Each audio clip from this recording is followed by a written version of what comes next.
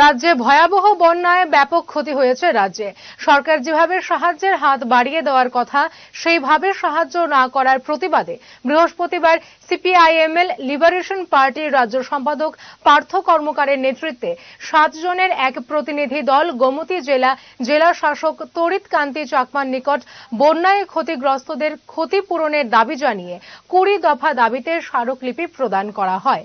এর আগে পার্থ কর্মকার বলেন, বন্যায় নিহতদের পরিবারে 50 লক্ষ টাকা এবং যারা বন্যায় আহত হয়েছেন তাদের 20 লক্ষ টাকার সাহায্যের আবেদন জানান।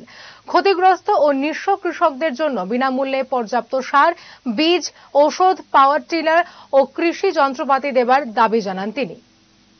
কৃষক, ক্ষেত মজুর, গ্রামীণ মজুর, পান চাষি, মৎস্য চাষি এবং যারা বাগিচা আছে তাদের যে ধ্বংস হয়েছে তাদের উপযুক্ত ন্যায়সঙ্গত ক্ষতিপূরণের দাবি 20 দফা দাবিতে আজকে ডিএম এর কাছে আমরা ডেপুটেশনে যাচ্ছি। আমরা এটা বিশেষভাবে মনে করি যে মূল্য বৃদ্ধি করে রেশনে 60 টাকা চিনির দাম বাড়িয়ে আর 2 মাস 10 কেজি চাল দিয়ে এটা ক্ষতিপূরণ নয়, এটা জনবিরোধী সিদ্ধান্ত। মূল্য বৃদ্ধিটা অবিলম্বে প্রত্যাহার করতে হবে।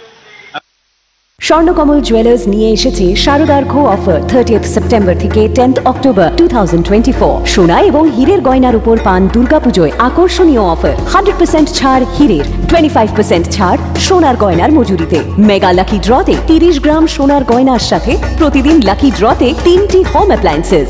প্রতিটি কেনাকাটায় সুনিশ্চিত উপহার আর পুরনো গয়নার এক্সচেঞ্জের সুবিধেও আছে। Terms and conditions apply.